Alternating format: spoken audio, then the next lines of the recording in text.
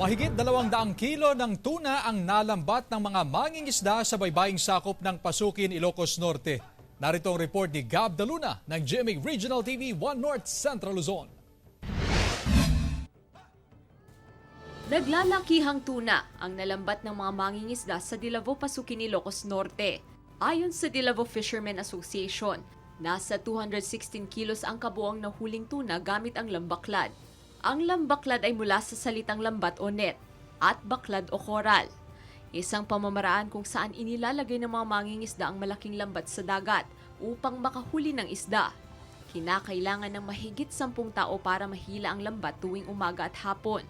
Malaking biyaya raw ito sa mga mangingisda, lalo't may mga araw na matumal ang huli. Yung mga nag-harvest, nagugulat sila ma'am kasi malalaki ang nahuli namin.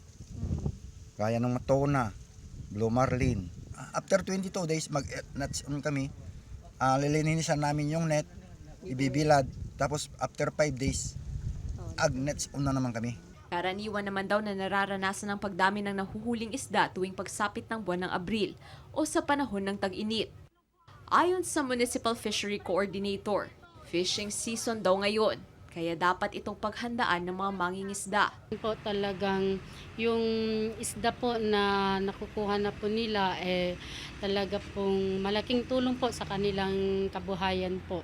Naibenta ng mga mangingisda ang tuna sa halagang 250 pesos per kilo. Mula sa GMA Regional TV 1 North Central Luzon, Gab De Luna, nagbabalita para sa GMA Integrated News.